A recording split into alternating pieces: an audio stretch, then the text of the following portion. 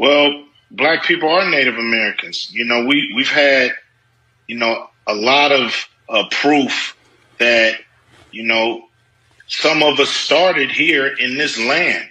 Everybody wasn't brought over from Africa. What are they doing here? They're Indians.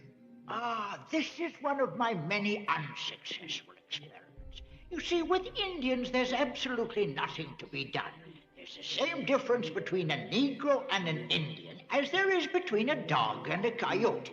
You can put a dog on a leash, beat him, and he'll always be there to lick your feet. Take away a coyote's liberty and you've cut off his air. An Indian will never be a slave. No one has ever been able to make them reproduce in captivity. They do not eat, they do not talk, they do not sleep, they do not make love.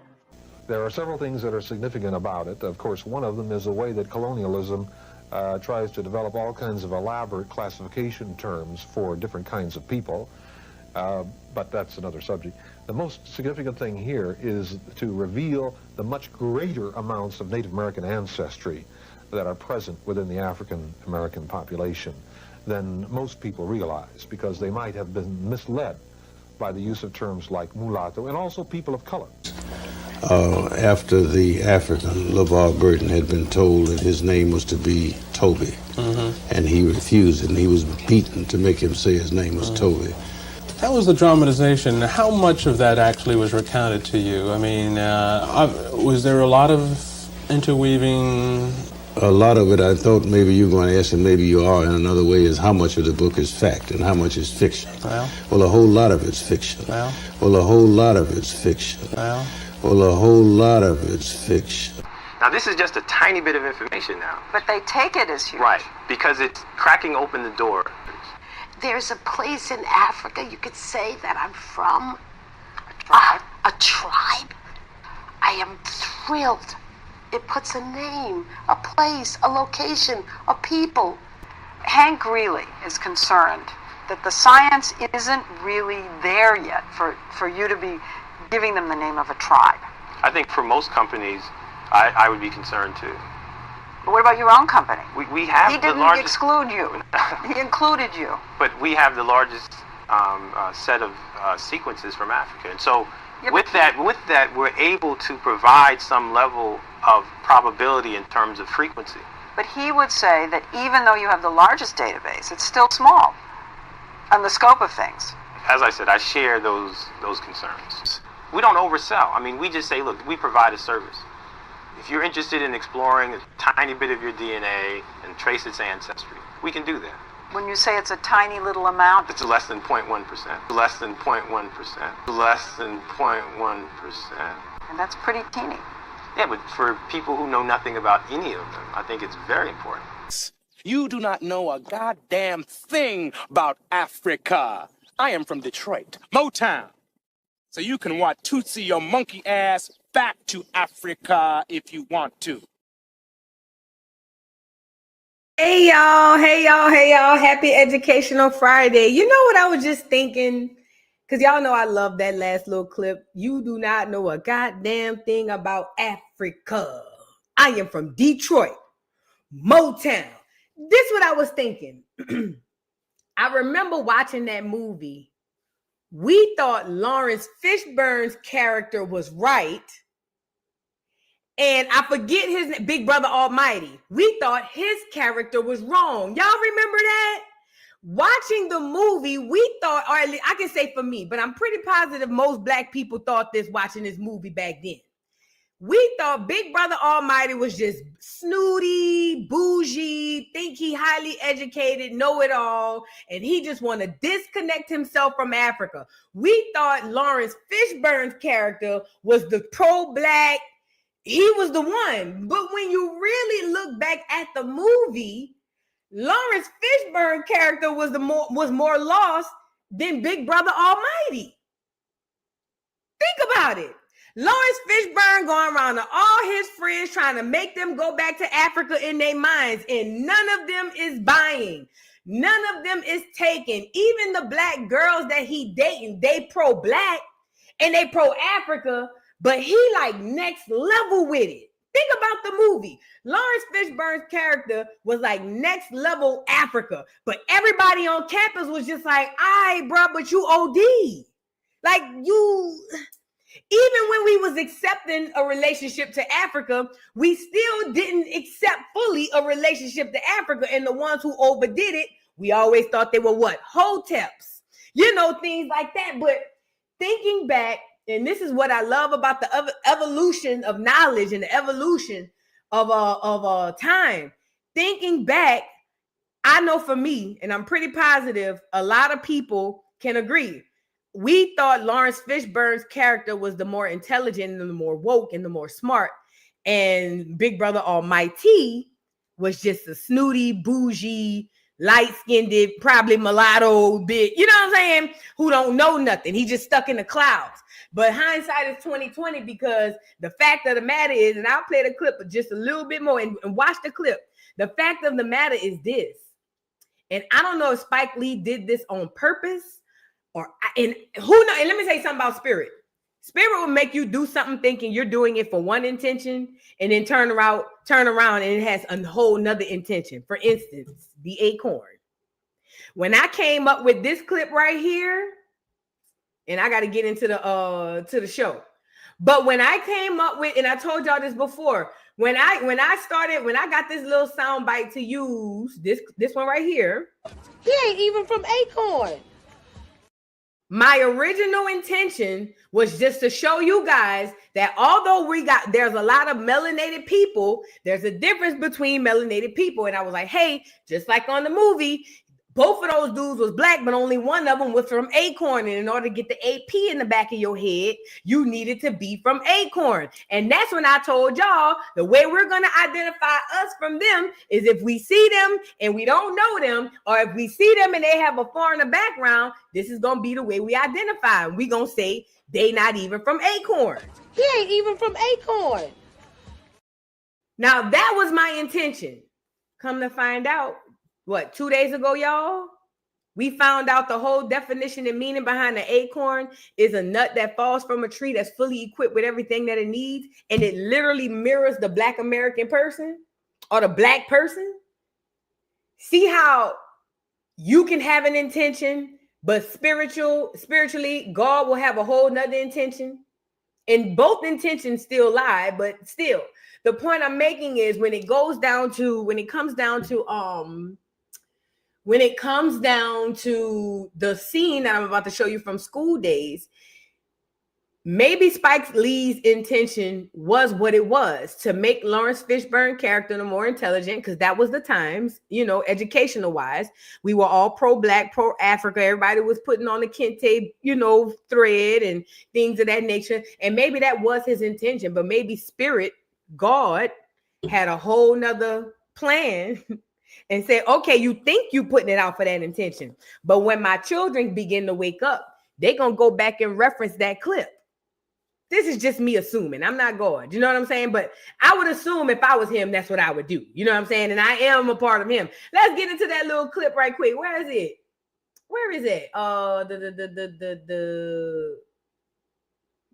No, not that one. There you go. Hold on. You talk more shit than a little bit. Back to Mother Africa. That's bullshit. Without question, we are all Black Americans. You do not know a goddamn thing about Africa. I am from Detroit, Motown.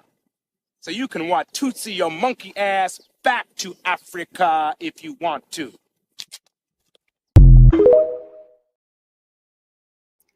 It looked different from how you remembered it back in the day, huh? I need to go back and watch School Daze. As a matter of fact, this evening, I might go back and watch School Daze. It hit different. Anyways, we are here today. Come on in.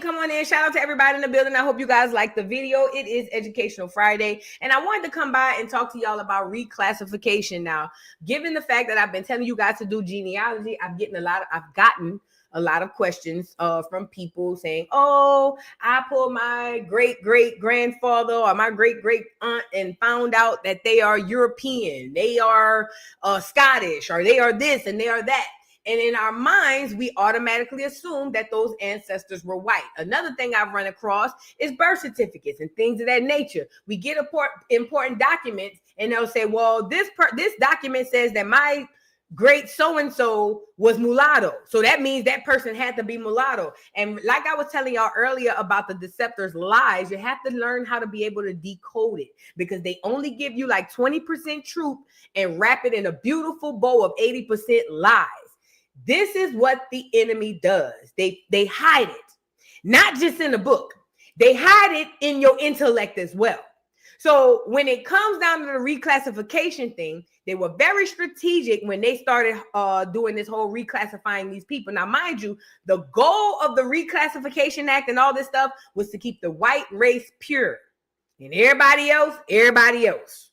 The one drop rule was not to identify who's black. It was to identify who wasn't 100% pure white. We got to start reversing the way that we learn these things and see these things, and we'll start to see that there's a difference. Now, fast forward. When the government decided in the 1790s that they would start the census and all those things, and it started getting all this documentation, preparing for this new country we call America, the government also decided right around the time they got the quote-unquote Native Americans, we call them the $5 footlongs, they decided that they needed to start making documentation to classify the people. Not on a not on a national level, but kind of like on a more intricate level. So we're talking about birth certificates, marriage certificates, all these things that we have today that we think are normal, believe it or not, didn't come around until the early 1900s, late 1800s, early 1900s. Synonymously and coincidentally, right when the $5 footlongs was coming in and becoming and named and officially named the $5 footlongs, we were being reclassified. Okay? These things were happening at the same time. And we've gotten many names over the years: Black, African American, colored, Negro. What else we had? Indian. We've had many names.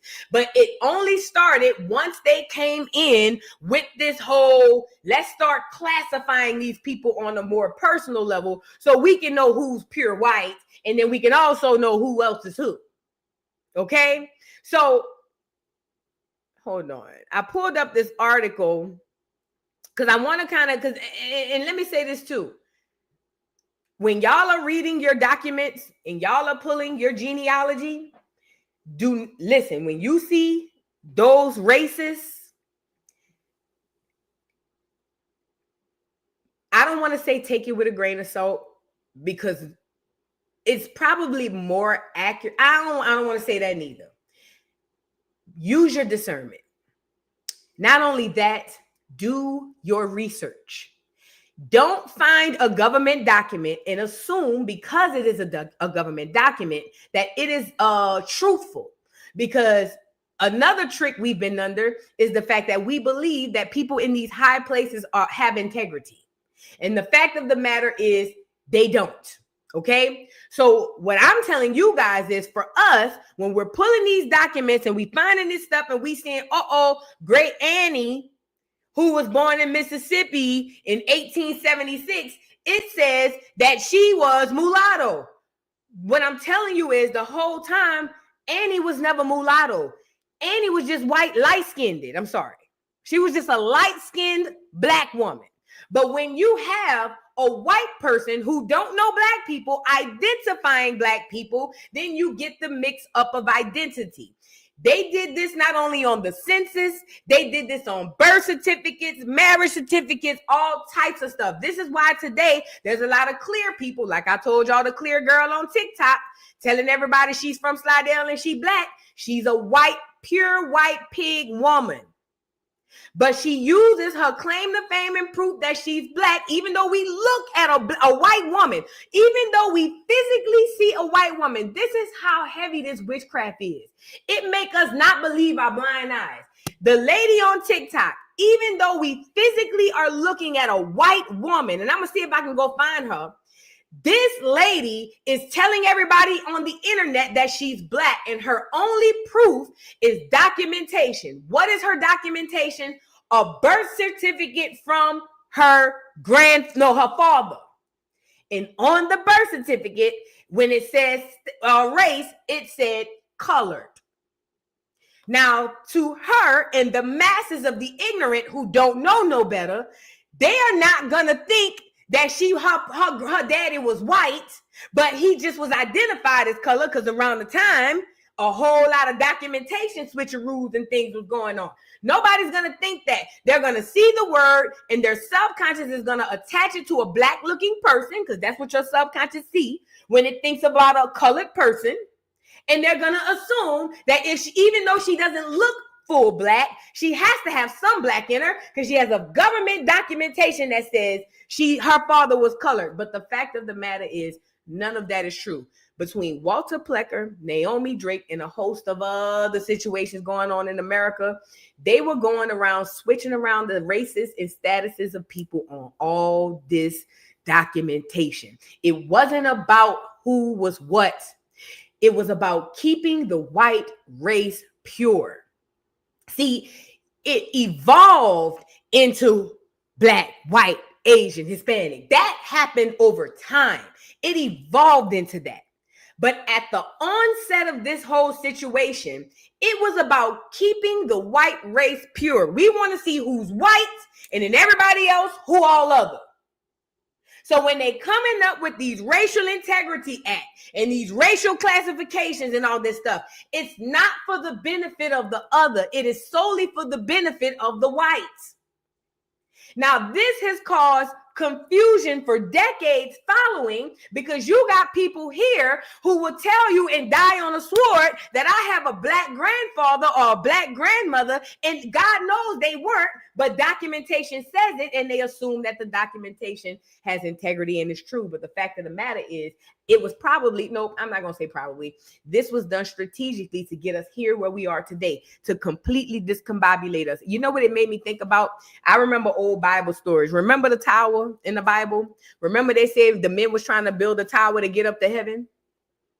And remember they said God watched them and sent warnings not to, and I don't know if he sent warnings, but God watched them and they knew not to build this tower up to go to heaven. And when they got the tower good and close up to heaven, what God did, struck the tower down. But when he did, he amassed a whole crap ton of confusion.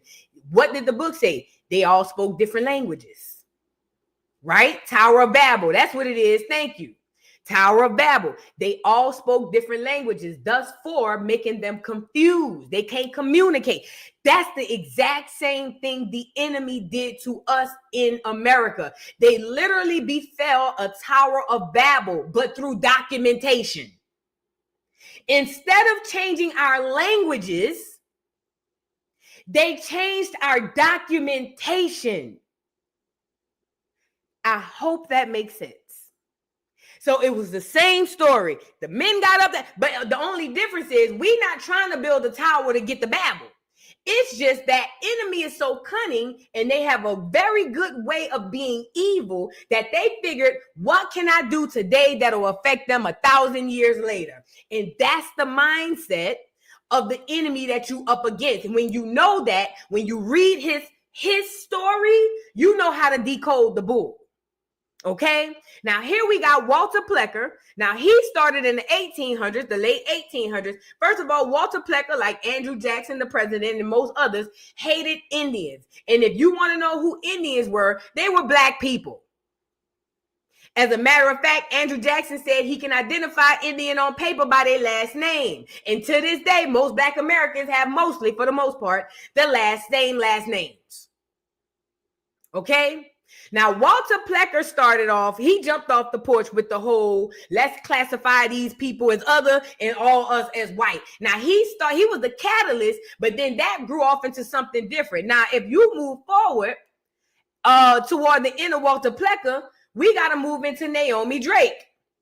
Now, this is Naomi Drake, and this is the funny part, and you know what? The Most High sent this to me because he wanted me to put it on blast.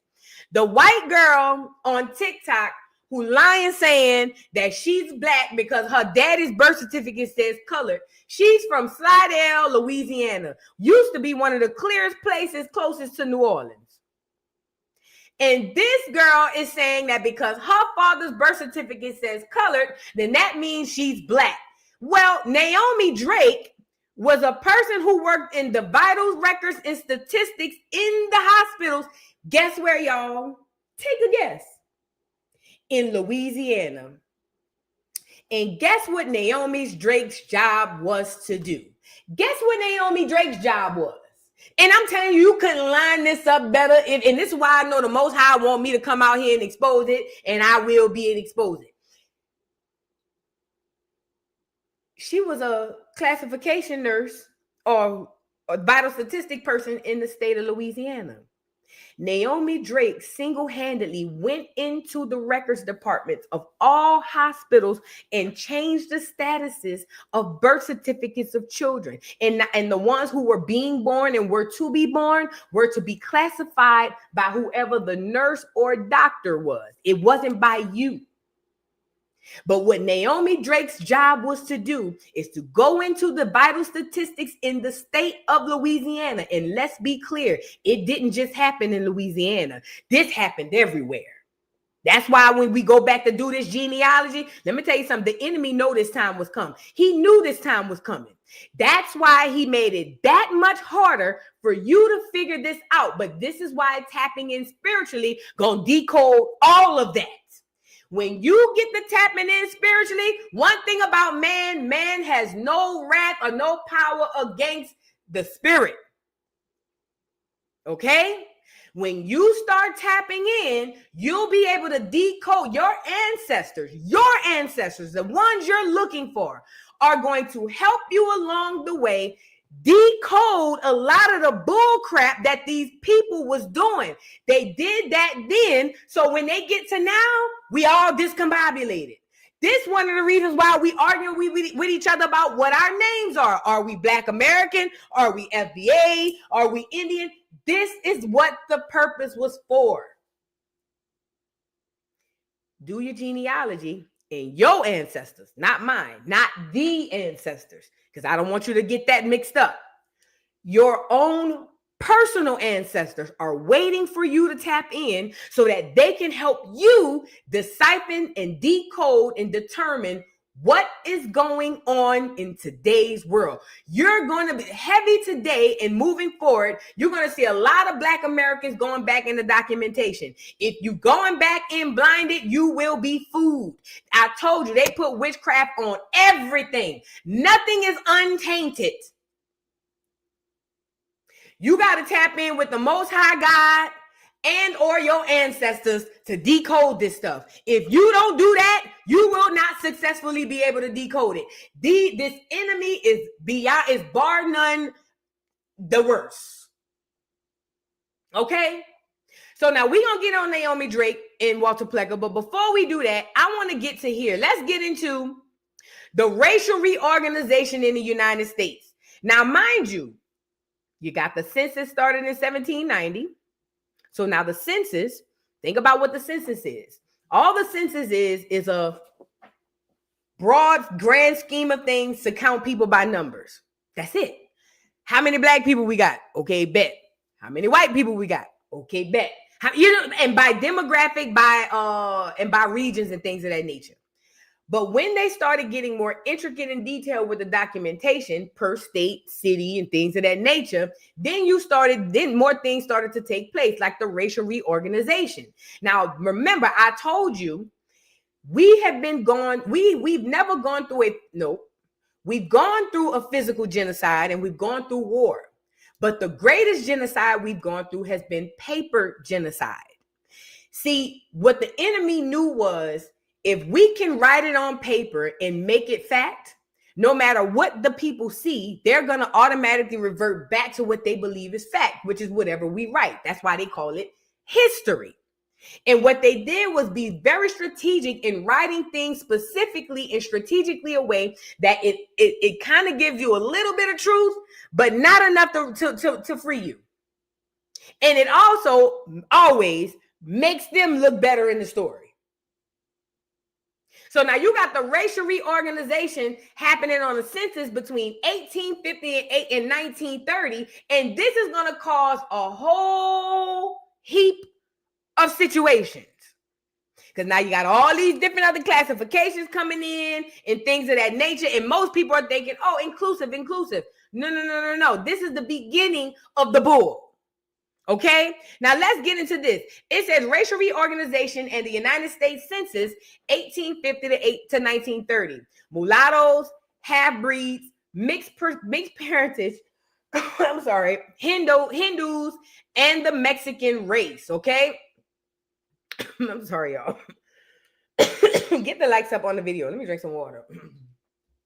Please, I'm sorry, y'all.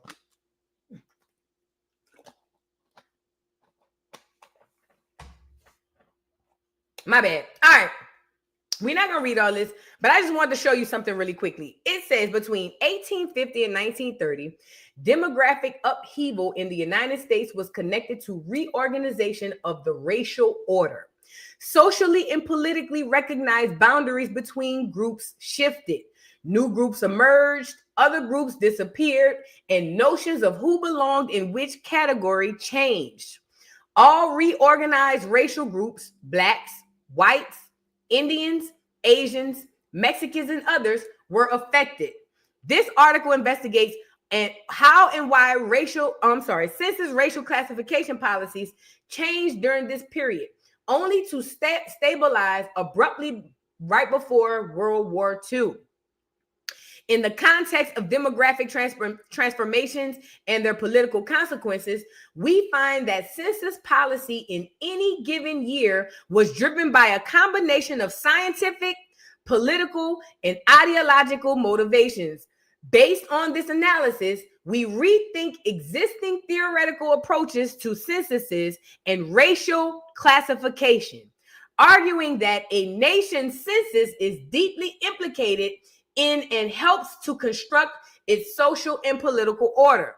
Census provides provides the concepts, taxonomy, and substantive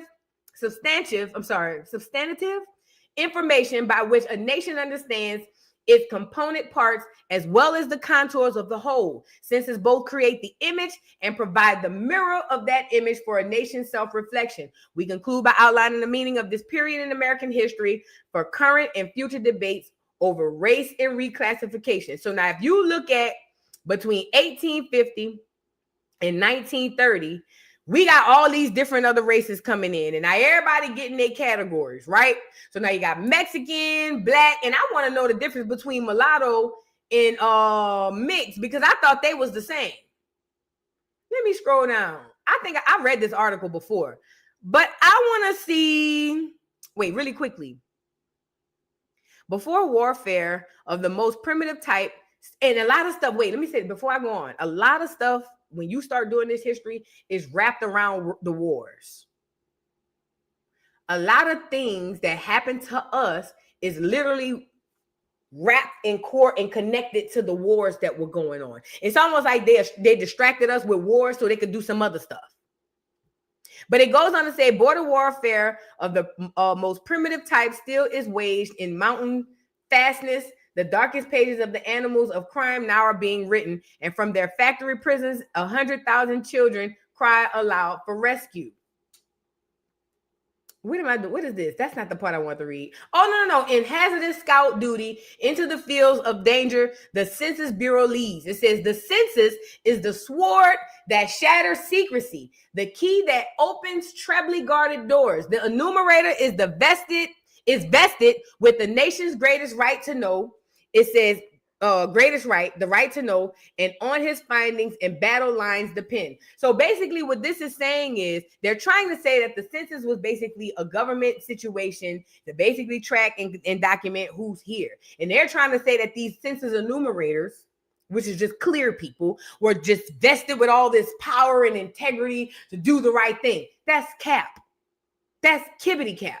Them people was there, and again, don't ever listen to what they tell us. Always look at what they did, because they'll tell you, oh, well, this is the purpose for one thing, but then you see what the outcome is, and you realize the purpose and the outcome don't match. It literally don't. I wanted to see what happened with what's the difference between a mulatto and the mix? Because I sure thought it was the same. Hold on. Blacks, whites, and racial mixture. There you go. The U.S. Census Office first addressed the racial order in response to the Constitution's mandate of a decennial enumeration based on the principle that representatives and direct taxes shall be apportioned among the several states, according to the respective numbers, which shall be determined by adding to the whole number of free persons and excluding Indians not taxed. That's black people, 3/5 of all other persons. Okay. Now, let me read that again. According to their respective numbers, which shall be determined by adding to the whole number of free persons, but excluding it, but it says, and excluding Indians not taxed. Okay, so what they saying is the other people were adding to the number of whole people. Because remember, we were 3/5 of a man. So these other foreigners, this alien invasion that they've been doing since the beginning of time, these other foreigners that were coming in, they were not to be counted as 3/5. They were to be counted as whole. So it wasn't to say that they were white. It was just to say when we're talking about the level of people, that this group of people is more than 3/5 of a man. This is a whole. That's what they saying. Got it. Thank you. It's coming to me. Then it goes on to say, strictly speaking, the initial census takers needed only to distinguish free citizens from slaves. Let me say that again.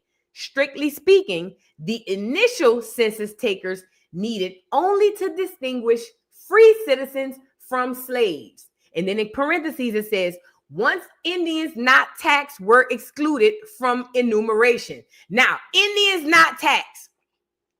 You got to keep in mind, back then, they had different type of Indians. You had the wild Indians. That's the ones they couldn't catch and couldn't keep under their control. That's the ones who said, F y'all, we're going to do our own thing.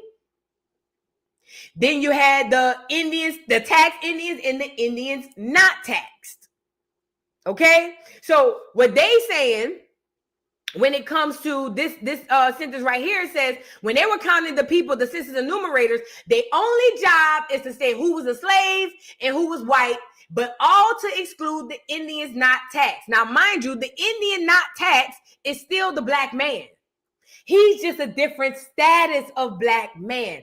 I told you, we have had these different statuses of black people since the beginning of times. For ancients of years, we had rich black people, middle-class black people, we've had poor black people. It's the same thing as far as you're thinking about the census. When it comes to status, we had black people who did not fall under the status of slave.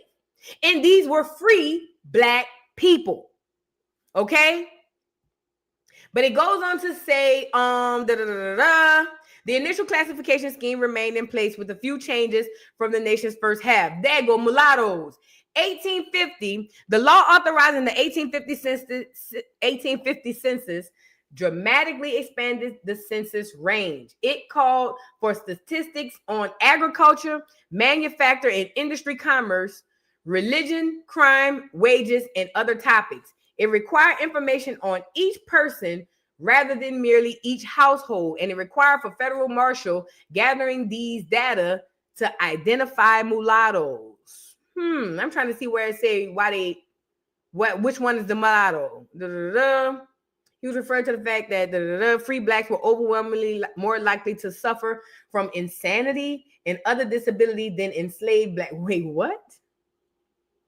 The ideological context around any discussion of race was, as all readers know, intensely fraught. Secretary of State John C. Calhoun, for example, had sought to use 1840 census data to show that when freed, the condition of the African, that's you, instead of being improved, has become worse. So according to Secretary of State John C. Calhoun, he's saying when these slaves become freed, then they'd be worse off than where they were before. It says he was referring to the fact that the 1840 census purportedly revealed that free blacks were overwhelmingly more likely to suffer from insanity and other disabilities than enslaved blacks or whites. Now, let me stop you right there. What he's trying to say is the black man was more sane when he was under subjugation. When he got free, he lost his mind. This is how they talk to themselves to make themselves feel okay with the evil, demonic stuff they do. That's why every day I can't stand. I'm so happy they lost Charlie Kirk every single day. Because this is how they train their minds, and then won't turn around and ask us for compassion. No, sir. No, sir. But I wanted to see that, but I don't have too much time because I don't want to get too far into it because I have some other stuff I want to pull up, and then I have a short little video. But I'm saying this to show you this. When it come down to the census bled into other things, right? Not only did it breed into other things, it was purposely put there so that it can lead into other things, so that we can be all discombobulated and confused. Now, we're going to get on Walter Plecker. Now, that was between 1850 and 1930. The racial reorganization is happening. And here come Walter Plecker in the late 1800s. Now, a lot of people have heard of Walter Plecker. Walter Plecker is the clear man. He is the clear man who was a eugenics. Yeah, that's how you say it, eugenics. He hated black people. He really wanted us all dead. You know what? You know what he would be in 2025? Bill Gates. If Walter Plecker lived in 2025, he would be Bill Gates. But back then, they didn't have to act like they like niggas. So Walter Plecker was a racist a-hole who hated black people, or some might say sometimes, depending on who he was talking to, Indians. He hated them. If he could have had his way, he would have killed every black person here in America and let all the whites and foreigners come in. But what he realized, like the rest of the clears, is too many of them. We can't. Okay?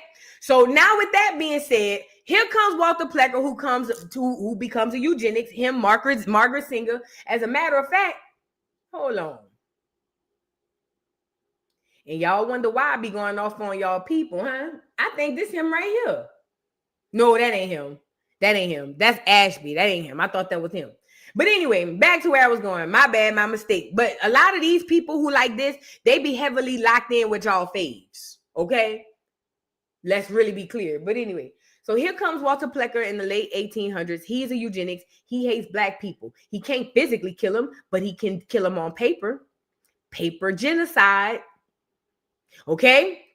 Walter Ashby Plecker was a physician and the first Virginia State Registrar of Vital Statistics, a position he served in from 1912 to 1946. He was a staunch promoter of eugenics, discredited movement aimed at scientifically proving white racial superiority and thereby justifying the marginalizing of non-white people. Let me tell y'all this. I told you, it has never been about who's black. It's always about who's not pure white. Okay? So now look, it says, employing Virginia's Act to Preserve Racial Integrity, that's the Racial Integrity Act in 1924, Plecker effectively separated Virginia citizens into two simplified categories. So now think back to 1924. We got all type of people here in America. Walter Plecker decides, you know what? I'm about to divide all these people on paper into two categories. In 1924, the Mexican was here. We had Caribbeans, not a lot, but we had Caribbeans here. We had some, but not a lot, Africans here. We had a whole bunch of clears coming in like 90 going west through Ellis Island. And here come Walter Plecker about to divide all these major small groups of people into two. Now, some might say, well, it only happened in Virginia. It wasn't a big deal. No, it started in Virginia and it went all across these United States. So whatever happened to Virginia with Walter Plecker, it happened to me, you, and everybody else. Okay? So look, then it goes on to say, 1924, he separated the people into two categories. The law, which remained in effect until 1967, when it was overturned by the United States Supreme Court in the case of Loving versus Virginia, required that a racial description of every person be recorded at birth, while criminalizing marriages between whites and non-whites. So right now, Walter Plecker killing two birds with one stone. He said, hey, if you black and white and you married and we find out you legally married, your ass is going to jail or we gonna kill you. And on top of that, if you born and when you become born, we're gonna give you this paper, and this paper gonna tell you what we say you is. So now he's dealing with birth certificates and he's dealing with marriage certificates. This is all paper genocide. Plecker's policies use deceptive scientific evidence to deem blacks a lesser class of human beings, but they also targeted poor whites and anyone he or other eugenics considered feeble-minded. So you ain't even have to look black. Because remember, in their mind, in their weird, warped mind, these clear trash people think that black people are beneath them mentally, physically, financially, emotionally. So when they seeing people who are others who ain't even black, they categorizing them up with us, even if they don't look black. Oh, he feeble-minded? Other. Oh, he feeble-minded? Throw him over there. It's kind of like when I worked at Folgers. I remember years ago I worked at Folgers, and I remember I had got a promotion from shucking the cans to working on the assembly line. Most boring job I had, but when you think about what I was up there doing, it's the same thing Walter Plecker was doing. So at my job at Folgers, my job was to wash the cans coming across the assembly line, and if I see one with a dent, all I had to do was just pluck it off. That was my job. It was boring as hell. I used to fall asleep at it, but that was the job for me, and it was 12-hour shifts. They paid good. Walter Plecker did the exact same thing when he came in with the birth certificate and the marriage certificate. He came in and whatever bent up can he saw, he plucked it. Oh, other. Plucked it. Oh, other. You see what I'm saying? And those others turned into those subcategories that we know of today. People of color.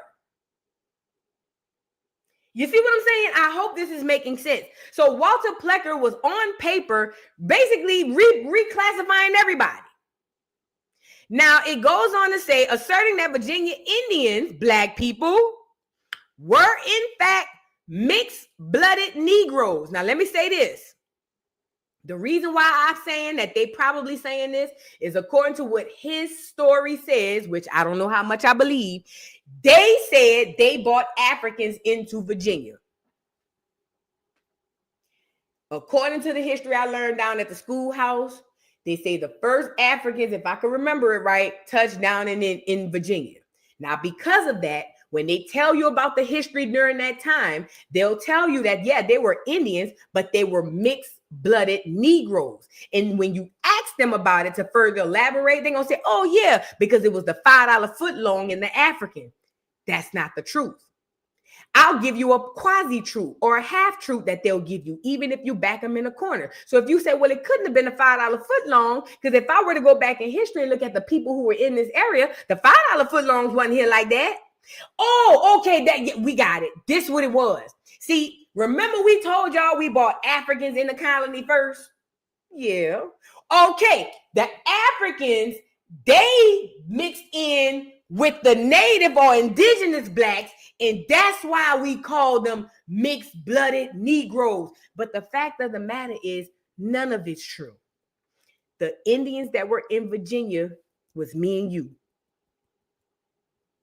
You see how, do you see what I'm saying? Do you see how I tell you they give you 20% of truth and then wrap it in a big old beautiful bow of lies? There is no mixed blood. You see what I'm saying? So now let's go on. It says, asserting that Virginia Indians were in fact, now mind you, this is what he said. This ain't what he knew. This is what Plecker said. Asserting that Virginia Indians were in fact mixed-blooded Negroes, Plecker also pressured state agencies into reclassifying Indians as colored. Now, let me pause. If anybody in my chat that's FBA, or anybody, period, there was only one group of people classified under the classification of colored. Only one. We've had the classification called people of color. We've had the classification called minorities. We've had many classifications that grouped a whole bunch of us all together. But only one group of people had the classification of colored. So if Walter Plecker coming in the 1900s, this ain't the 17 or the 1600s. So if Walter Plecker coming in the 1900s and turning everybody that was Indian to colored, then wouldn't that mean that the colored man is the Indian man? Unless you can show me another group of people in America that was classified as colored, that would only mean that he took the Indian on paper and turned him into the colored man and had been doing it over and over and over and over and putting us in the loop over and over and you get it. And this is why, and I need y'all to listen up. When you doing your genealogy, listen. This is why when you see, oh, my great grandmother was a Native American, or oh, my so-and-so, my grandmother was a Native American, full-blooded Choctaw. And you wondering, well, if your grandmother was a full-blooded Choctaw, how could she give birth to a Negro? Think about it. If a $5 footlong have a baby with a black person right now, they would make that baby mixed race at best, at least. So how can a $5 footlong give birth to a Negro? Because she never gave birth to a Negro. On paper, Walter Plecker said she gave birth to a Negro.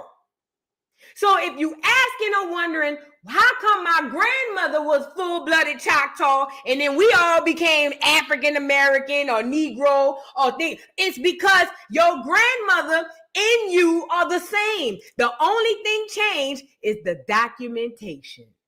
Keep this in mind when you are on your search doing your genealogy. It's like decoding little puzzles.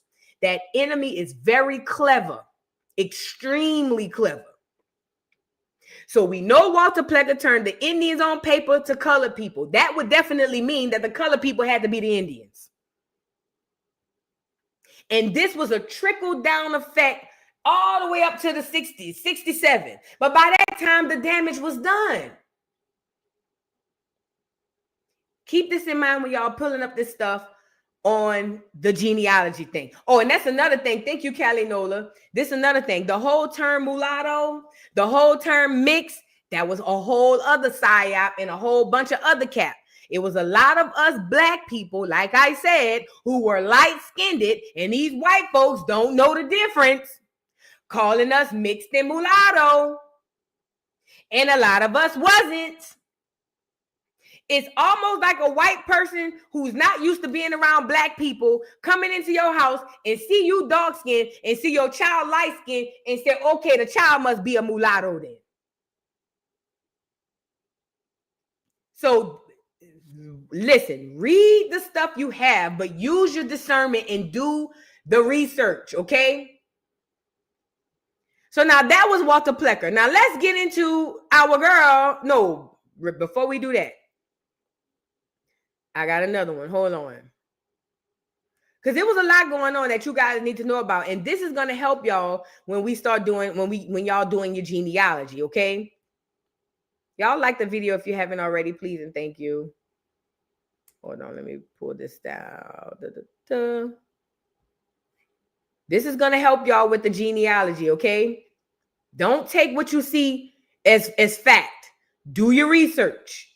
Just because it's on a government signed paper and it's got a stamp on it, don't mean it's true. Now look, here go to hijack again. Look at the title of this. How Virginia used segregation law to erase Native Americans. I told you, Black Americans are not Native Americans. Native Americans are the Siberian $5 footlong. But you got to keep in mind, this enemy is clever. He's already lied and turned the Indian into the colored. Now he knows somebody's going to go back and do that research and say, wait a minute, The Indian was turned into the colored, so the colored's got to be the Indian. So then later on in his story, and he talk about segregation, he has to bring up the indigenous Indian because that was the first person here. But he can't tell you that the Siberian he showed you is a fake one. So what does he do? Because he's already embedded in your subconscious that the Native American is the $5 footlong, he takes that word native and insert it in the story so that you'll never see yourself in it. Does that make sense? So they trying to make it seem like it's the same thing in New Orleans. They tried to make it seem like it was a gang-plucked ton of Native Americans in New Orleans and Virginia. Where are these gangs? They still don't have a gang of Native Americans to this day. But watch the hijack. They don't mean how to erase Native Americans. They meant to say how to erase the Indian, the same Indian that they turned into colored. Watch the hijack. Don't be suspect. Every time you see the word Native American, squint your eyes. Okay? Now, mind you, the Native Americans had to go to school to learn how to be a Native American. Listen, on March 20th, 1924, the Commonwealth of Virginia enacted the nation's cruelest, most draconian segregation law designed to preserve white racial purity. I kept telling y'all, the legislation became a model for states across the Jim Crow South and beyond. In the halls of Richmond's Capitol building, lawmakers congratulated themselves on passing the act to preserve racial integrity. That's why I tell y'all, stop being all happy about the one drop rule. That wasn't for you. The one drop rule was never designed to say who was black. It was always designed to say who was pure white. That's it. That's all. It goes on to say the act made it a felony to falsify the racial identity of an individual on birth, death, marriage certificates, and banned marriages between whites and non-whites. Now let's pause. So under the Racial Integrity Act, preserve the white race, that's the name of it, they made it illegal, a felony even, to falsify the racial identity of an individual on birth, death, or marriage certificates. Now let me ask you a question. So if I come to you in 1924 and I say I'm an Indian, I'm an Indian, I got my documentation, here go my paperwork, I want to apply for a marriage certificate so me and my husband could get married, or if you could do that back then. It's not about what you know. It's not even about the documentation you have. It's about the perception of the person you standing across. So in the 1920s or the 40s or 30s or whatever, if an Indian with actual documentation saying I'm a black Indian walked in somewhere and said, hey, I want to apply for this marriage certificate, it would be literally illegal for them to do so because the person on the other side of the desk looking at you saying, nuh-uh, we changed your name. You's a nigga now. You can't identify as no Indian. You got to be a nigga now. That's your new name. And boy, if you file that paperwork and you put down on that paperwork you're an Indian, that's a felony charge. That's 40 years hard labor. We sure could use the railroad systems. You get it? That's literally what it was. So when y'all hear about a lot of ancestors not telling us stuff, a lot of times they couldn't. And when it came down to documentation, paper genocide, these people are controlling the narrative. They have the last say. They say who is what. You don't get to come and say, oh, I got my paperwork. Look, here go my birth certificate to say I'm African American. It's almost like you going somewhere today with your birth certificate and your ID, and they say, hey, what's your classification? And you say, oh, I say I'm African American. And they look at you and go, not no more. See, your new name now is black. So you can't file your paperwork saying you African American no more. You got to say you black. You see what I'm saying? It's the same thing. Let me see. Both offenses carried a sentence of 1 year in jail. So basically, again, if you got caught saying that you was some other than they said you was, your ass went to jail. Okay. Some white Richmonders, that's the white people in Virginia, probably just getting there, though weren't satisfied. They worried about a loophole in the law that would dilute the purity of the white blood. Leading white supremacists had wanted the Racial Integrity Act to solidify Virginia's black-white racial binary. To do so, they called for the act to erase the presence of Native people, that's the Indian, in the coming decades. Some use the act to do just this. Now let me pause. When it says to do so, leading white supremacists had wanted the Racial Integrity Act to solidify Virginia's black/white racial binary. So now they want to make people either black or white.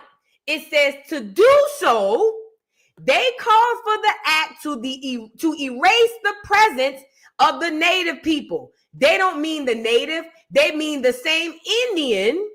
They mean the same Indian that they turned the black man to, the colored man to.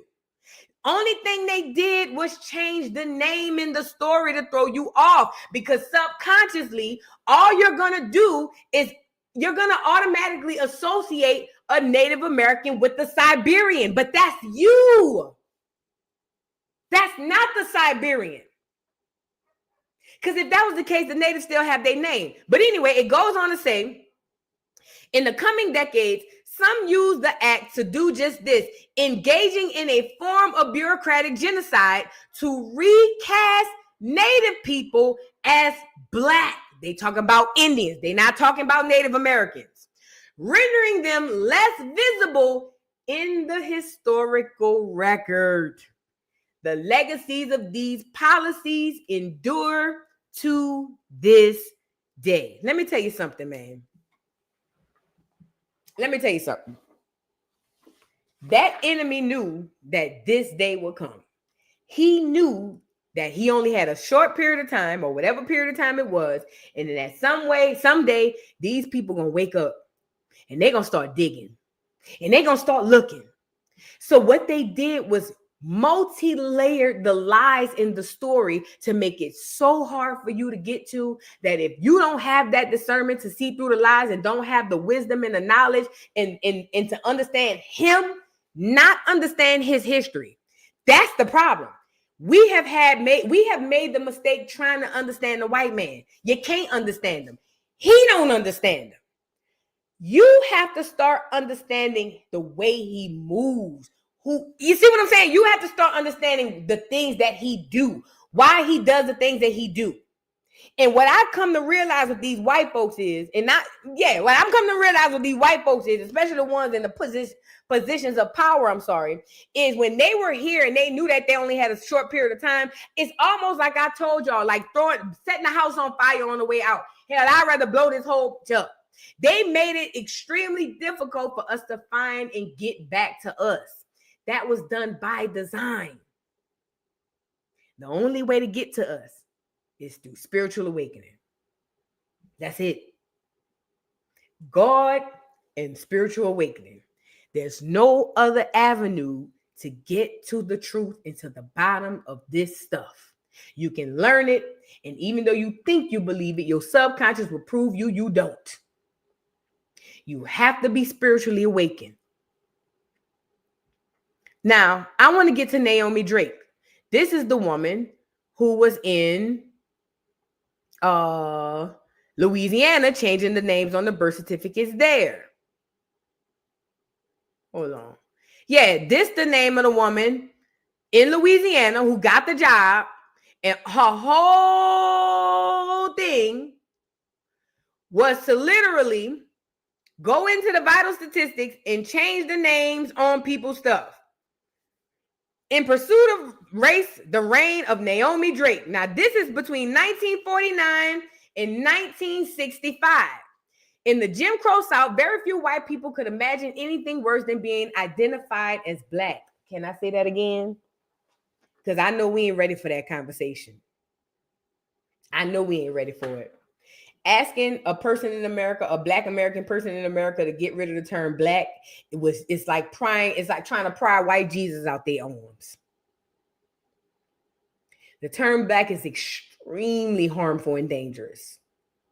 It's the uncomfortable, hard truth. And I don't know why we have this emotional attachment to the word, but at some point in time, it may not be today, but at some point in time, that word got to go. It has to go. It has to go. That's gonna be that's gonna be a hard one for a lot. I'll just say that. Now back into it. It says in the Jim Crow South, very few white people could imagine anything worse than being identified as Black. They knew that to be touched by any hint of Blackness was to be tainted and stigmatized. Okay, so I thought they said Black people, but Black people during that time didn't want to be Black neither. It was only the children who embraced it. It goes on to say, within this cultural climate of the 1950s and 60s, lived a woman who was hated and feared by many in New Orleans. Her name was Naomi Drake. And she does look like she's a mulatto. She does look what we would call them Passon Blanc. She looked Creole. She looked hella Creole. As a matter of fact, she looked like my auntie ex-husband. It might be on his side of the family. They light-skinned it. Okay?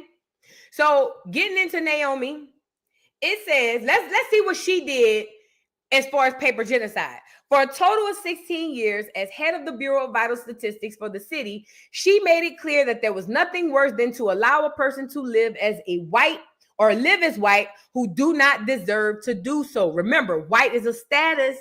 From 1949 to 1965, she scrutinized the birth and death records of generations of New Orleanians and changed the race of thousands from white to Black, but almost never the other way around. Let me say it again. From 1949 to 1965, she scrutinized the birth and death records of generations of New Orleanians, and changed the race of thousands from white to Black, but almost never the other way around. So there was a whole crap ton of white people in New Orleans who were born that Naomi Drake came in and said, they Black.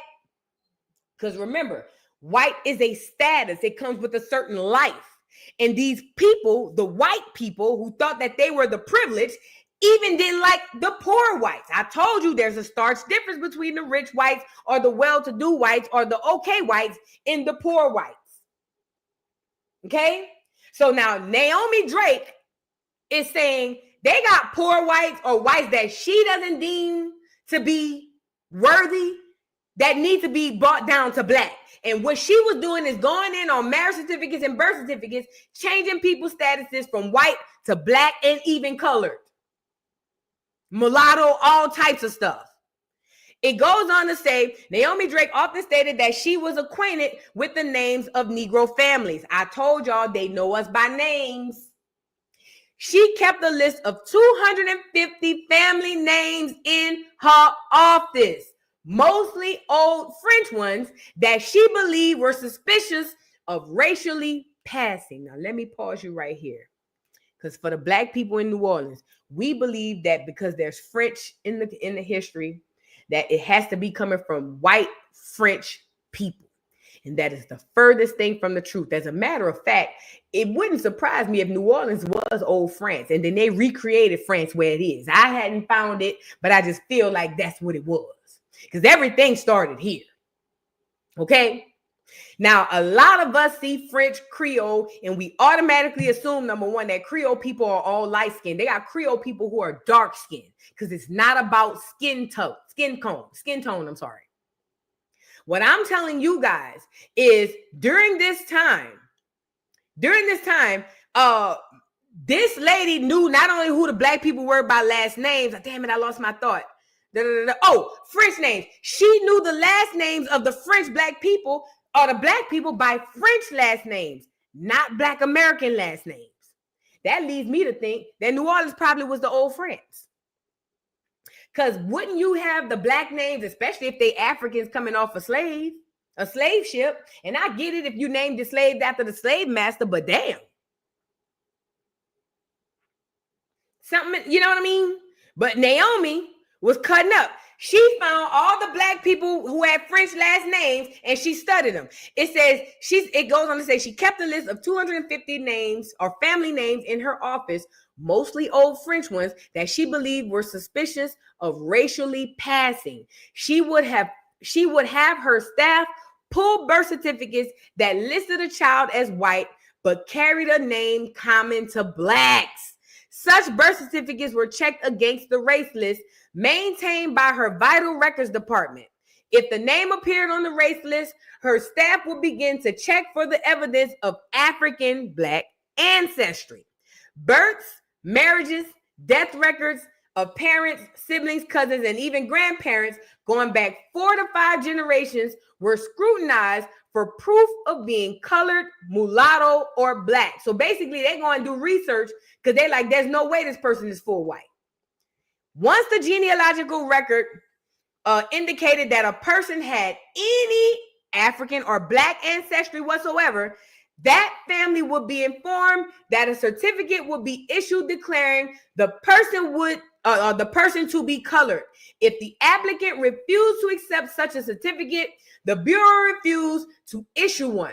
As a result, parents could not get birth certificates needed to enroll their children into white segregated schools. Lawyers could not complete legal documents, and individuals had difficulties obtaining jobs and licenses to marry. So this is how they backed the white folks in the corner. They felt like if we don't feel like you pure white or white enough for us, we're going to reclassify you as black. And if you try to buck the system, then your ass going to go to jail too. Oh, and by the way, legally, you can't do that. Okay? Legally, you cannot go against what we're saying. We're going to segregate you and put you under these different statuses, and that's going to take away the privileges. So these white people who probably were, quote unquote, white, they had to then take their children out of their white privileges into black privileges, which is none. So your child and your family went from white, having this privilege, going to the best schools, eating at the best restaurants, Now, regardless of what color your skin tone is, you ain't nothing but a nigga. And it's probably why every so often you see black communities that have a very few white people. It could have been families from that. You know what I'm saying? Generations that passed down. It says, and then again, they made it to where the people couldn't get legal documents, unless they went under how they wanted it to go. One well-publicized case was that of prize fighter Ralph Dupas. In July 1956, a state law passed which prohibited him. And he definitely got some little Negro in him. I can see that nose on him and a little bit on that forehead. He ain't full white. But look, it says one well-publicized case was that prize fighter Ralph Dupas. In July of 1956, a state law was passed which prohibited athletic matches between whites and blacks. Mr. Dupas sought to obtain a delayed birth certificate identifying him as white. He ain't won't get in the ring with them niggas. In what proved to be a 3-year saga from 1957 to 1960, Dupas fought all the way to the state Supreme Court, arguing that he was born in New Orleans on October 1935 to Peter Dupas and Evelyn Photo.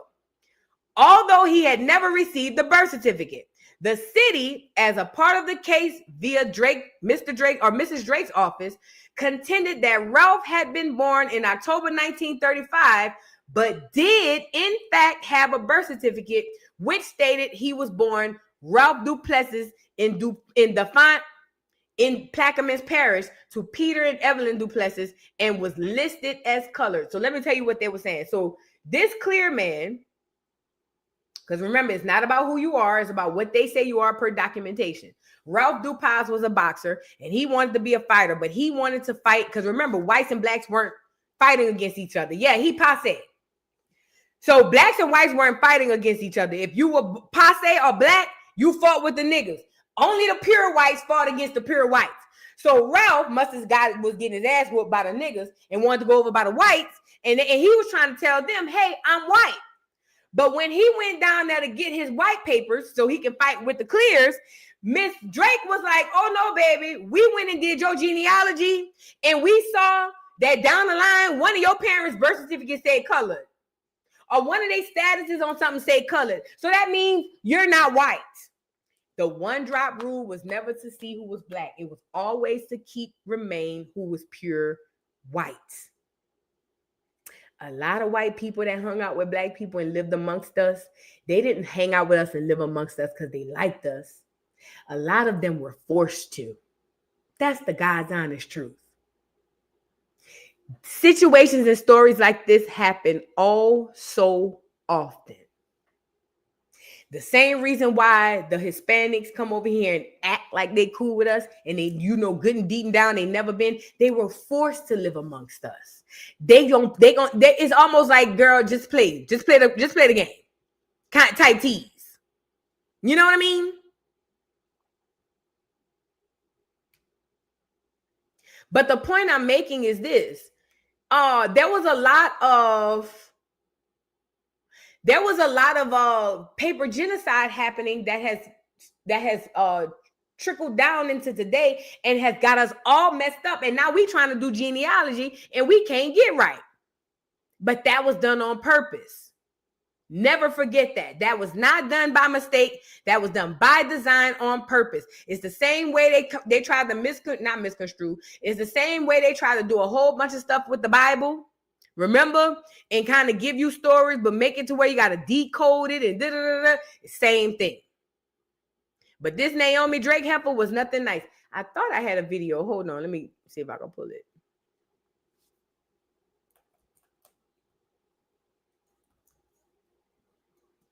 I think they have like a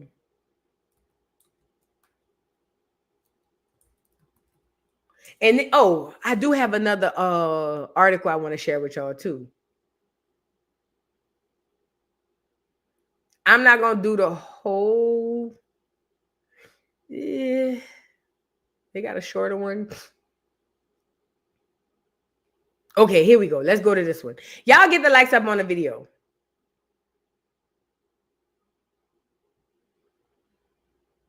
With the terms racism and white supremacy as synonyms, I use the same definition for both terms. The definition I use is as follows: a global system of people who classify themselves as white and are dedicated to abusing and or subjugating everyone in the known universe whom they classify as not white.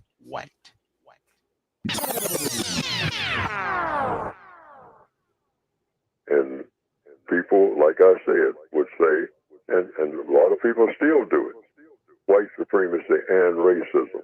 Like racism is sitting off on the side of the road, and white supremacy is in the middle of the road. Well, what is racism? If white supremacy is in the middle of the road, what is racism over there to the side of the road? What is that? They're the same thing. According to what? Neely Fuller? No. According to logic.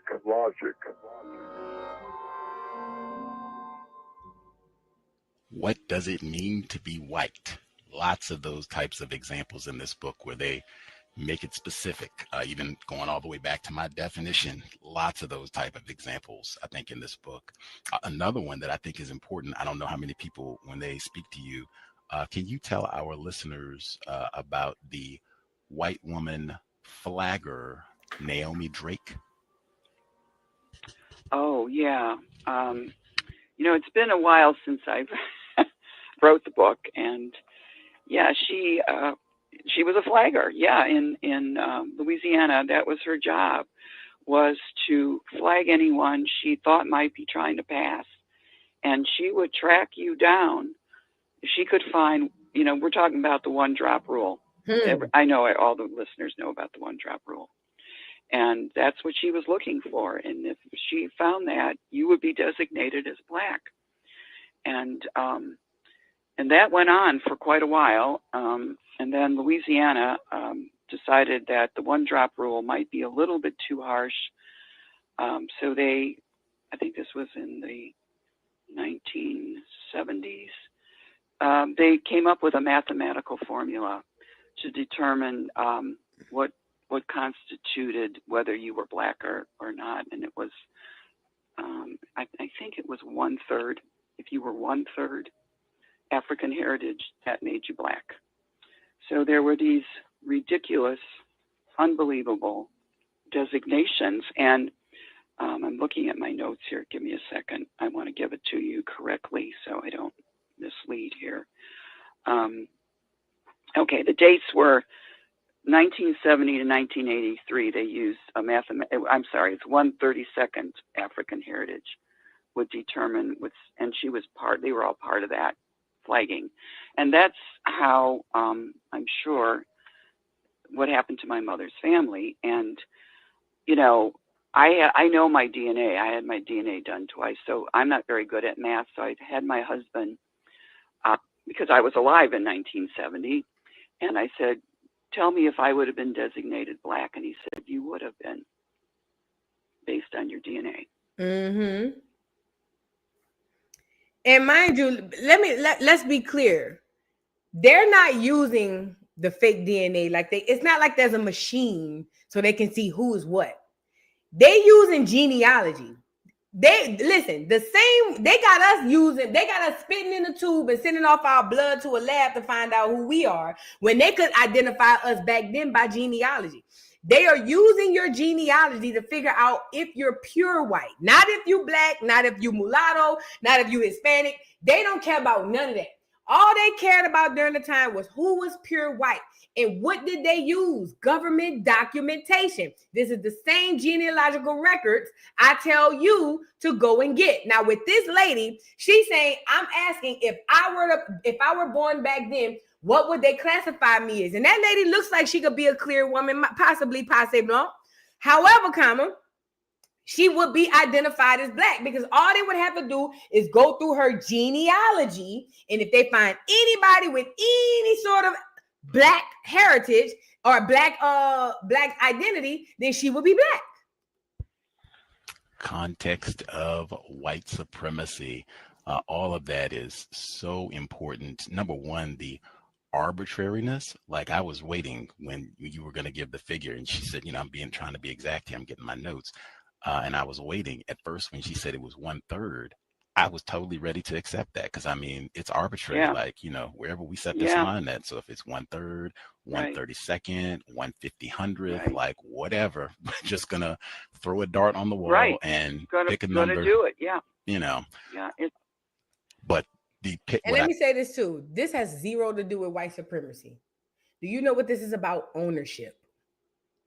This is why certain white people are running America today. This is why certain families are running America today. It wasn't, listen, they think years down the line. Okay? This was about ownership. Who's going to take control when I'm gone? White supremacy, that's something you could say on a po nigga level. Oh, they just hate us because we black, so they want to change our names. That's the most ignorant way of looking at it, but I could see it. The point about this is it was about ownership. That's what this is all about. It wasn't about your skin color. Hell, it wasn't even about where you was from. Them keeping the white race pure was pure ownership. We need to make sure generationally these people are the only people being charged. These people are the only people making the laws. These people in their lineage, they the only people making the laws. They the only people running the world. You see what I'm saying? That's the larger, grander scheme of things. We got to look outside of the po nigga racism narrative. That's what got us here, looking right in front of us, when behind that is so much more.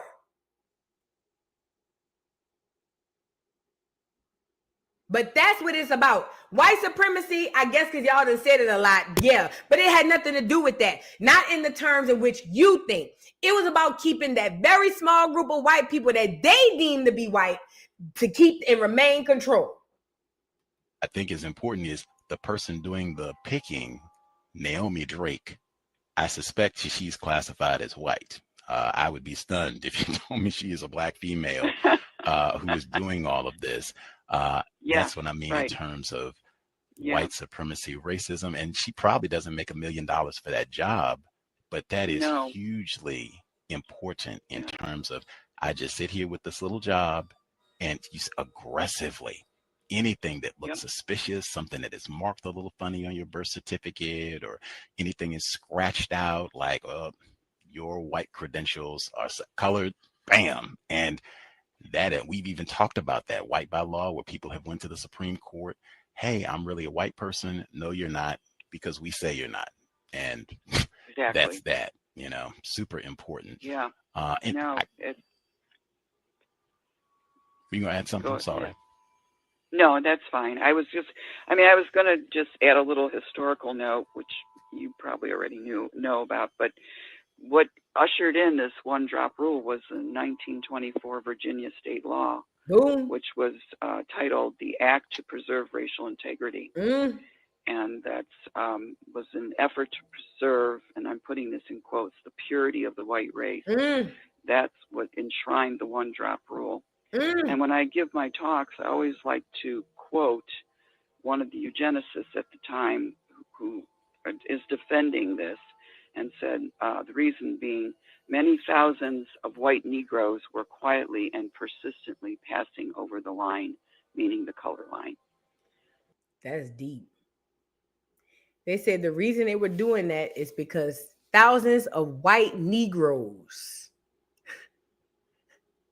were passing over the line. You know what that means? Because you don't look at it as a color. You got to think like the enemy. Think about it in the form of status. She said they had thousands of white Negroes trying to pass the line. That meaning they had white people status-wise that were way beneath them. That's all she's saying. That's all. When she says a white Negro, that's a white man who status-wise is beneath them. Under their feet, what a Negro was. That's why she said it was to preserve and keep the white Negro. Man, look, this is deep. This is the point. Naomi Drake, Walter Plecker, and a host of other situations, the Racial Integrity Act, the Preserving, all that stuff. These things were put in place to trip us up right here. But I guess that's why I was sent here to help y'all not be tripped up. But not only to help you so that you can learn and help somebody else not be tripped up. Because a lot of people are starting to get into genealogy now. But it was done strategically and by design to get us here and keep us confused. Put us in this labyrinth, in this maze.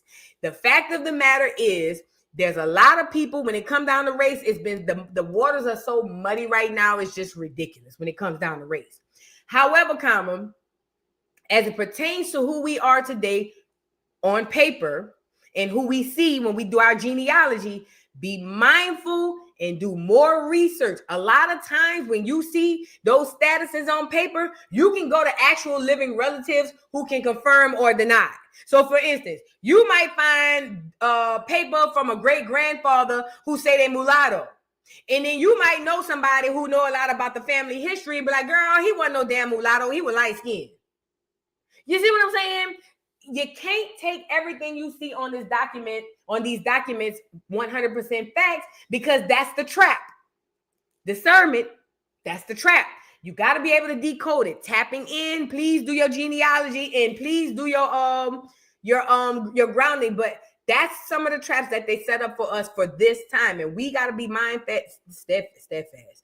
We have to be steadfast and mindful of that when we're doing our genealogy. But yeah, Walter Plecker and Naomi Drake, and this didn't just happen there. It happened somewhere else. Hold on. No, yeah, it happened all over America. Because they told you. Living in the South, not much has changed. I know that's right. Shantae, thank you for the super chat. Says, I'm teaching history, and thanks to you and Dane, I did my genealogy. Found out my 4th great-grandfather was part of the United States Colored Cavalry. Wow. And has a plaque at the Civil War Memorial. We breaking generational cycles. Man, do you know how dope that is, man? Y'all don't know what this do to me when I be hearing these stories. I love